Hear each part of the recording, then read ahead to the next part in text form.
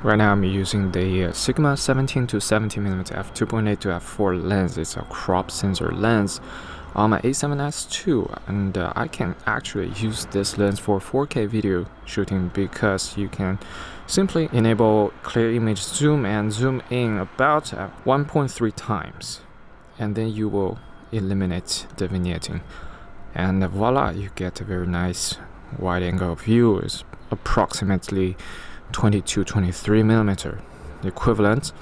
It's pretty wide, and then you can zoom in, so you can see here image quality is great in video and there's no vignetting, so it's a fantastic option for A7 system.